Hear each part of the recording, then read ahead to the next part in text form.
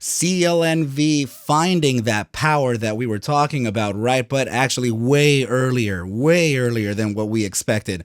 What is up, you guys? Thank you so much for stopping by. Once again, this is ARCa coming at you with a CLNV technicals, raw price action, and statistical threat of analysis on this Thursday. Before we get started, please make sure to subscribe to the channel, like the video, and share the video with a friend so that you and them could consider joining our trading community in Discord called ARCa Bulls.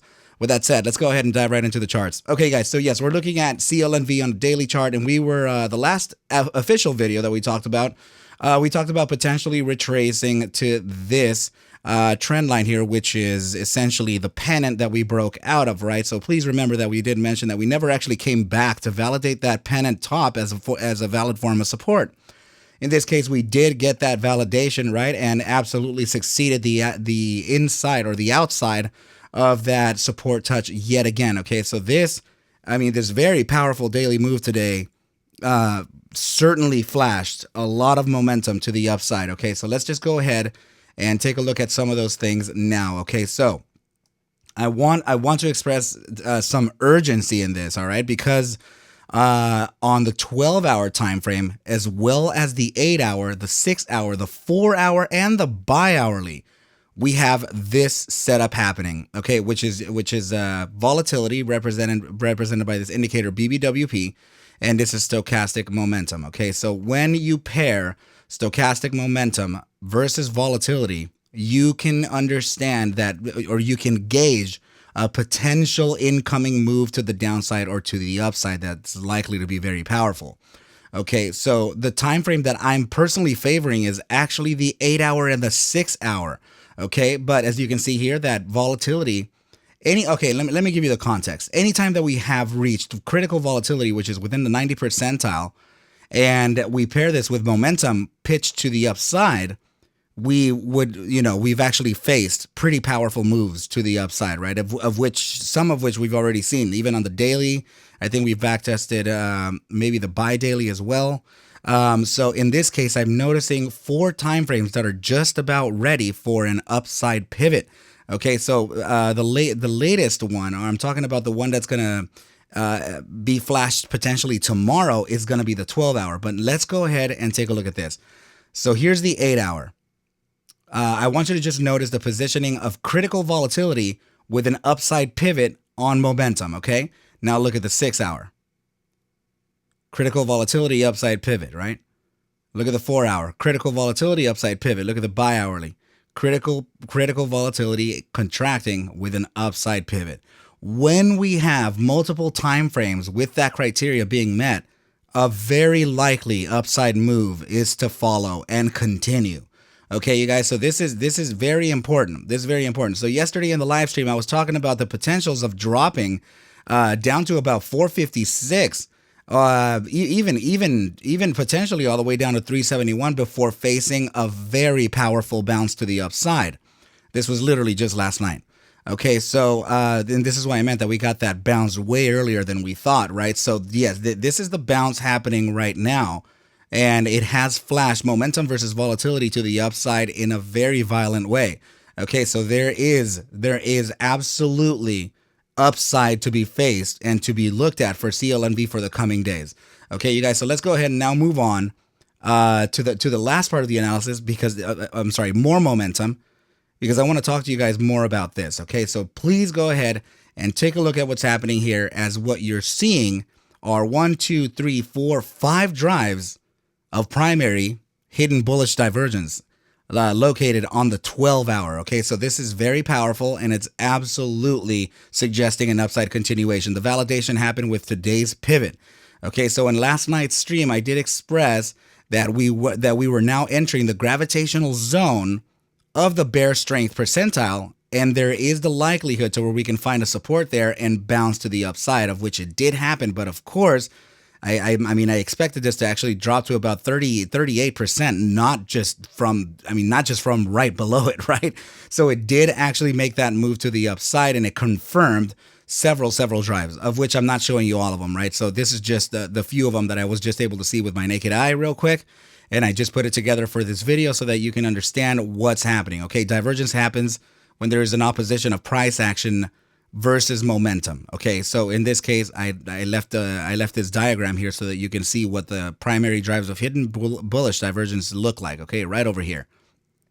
Okay, so now let's go ahead and open up a multi-pane here so that we can see and understand what the asset is doing, potentially for the next coming session, right? So please notice that the 30-minute immediate short-term time frame is suggesting an upside continuation and has crossed the 14-day simple moving average on an upside. Okay, so this is very bullish. All right, so let's go ahead and look at the bi-hourly. So bi-hourly has already made that cross above the 14-day simple and is now approaching the gravitational zone of the bear weakness percentile, which would essentially continue pushing us upwards and onwards, right? So now there's a little bit of consolidation here in the 8-hour, but that's okay. That's normal.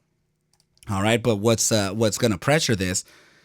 Please notice that the 8-hour RSI signal is landing right inside of that gravitational zone of the bear weakness percentile. So this gravity pull would literally pull us to the upside, and the daily, in the 12-hour is what gives us that validation. Let me see just the daily rope. Okay, so the daily absolutely showing us some upside. Okay, it may be a little limited, but to tell you the truth, I am not looking at this as limited. What I usually say, right? I usually say this is limited because we have that 14-day simple above us, just like we do here on the 8-hour. But please notice the position of the 14-day simple. It's located in the gravitational zone of the bull weakness percentile. Same here, which means that we may actually have the chance to succeed that 14-day simple moving average, or a greater likelihood to succeed that 14-day. To succeed both of the 14-day simple moving averages from that gravitational zone of both the 8-hour and the daily time frame. Okay, so go ahead and notice that the bi-daily also has a very similar stance to the daily and the 8-hour as well. Similar here on the 5-day.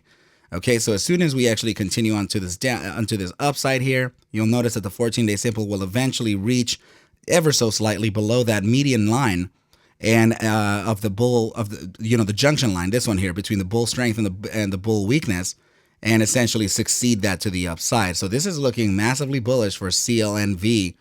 And I do expect a continuation to the upside. Okay, so now let's take a look, because remember, the 30-minute immediate short term is already suggesting that upside.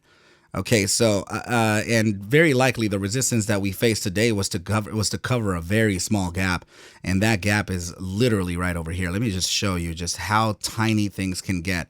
Right over here. Okay, so we succeeded to fill that gap, and we actually came right back down. All right, so good stuff. It's following nice price action. Okay, so let's go ahead and now take a fib. Let's take a fib from the overall day high to the day's low. Okay, so I believe that this is, let's see, yeah, the day low is actually this candle here. Okay, so let's just go ahead and draw that in just like this.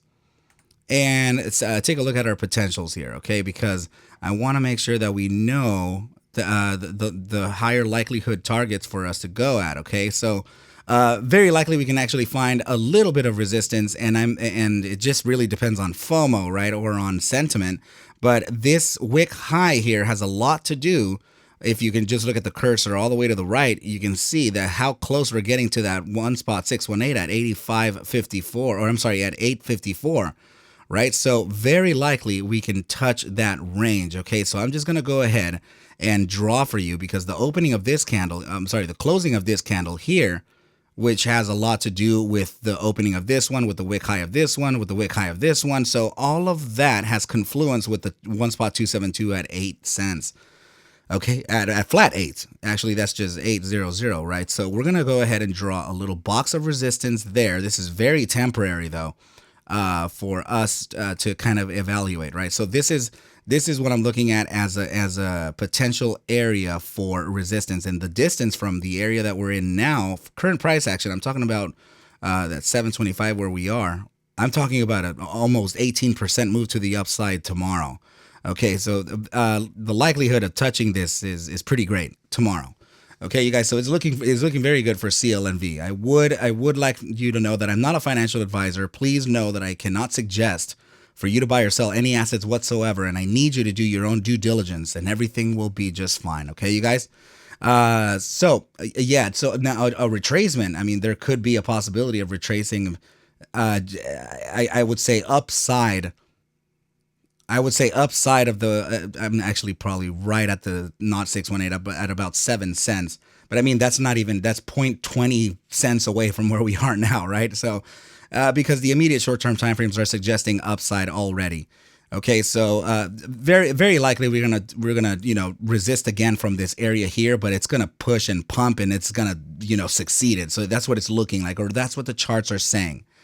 Okay, you guys. So I think this is a pretty good place for me to leave off. If you have any questions or concerns, don't hesitate to reach the links in the description below where you'll find the Twitter and Discord. Okay, you guys. So I actually started updating the count for the ARC Masters course for trading, right? And I actually do see still maybe one more seat or two more seats available. I think it's actually just one seat available for that ARC Masters trading course. So go ahead and make sure to get that seat, as I've already pretty much sold out 30 of them. Okay, you guys, almost 30 now. All right, so with that said, I wish you well. A very good night. Congratulations if you did get long this stock, and I will catch you at the bell mañana. Adios.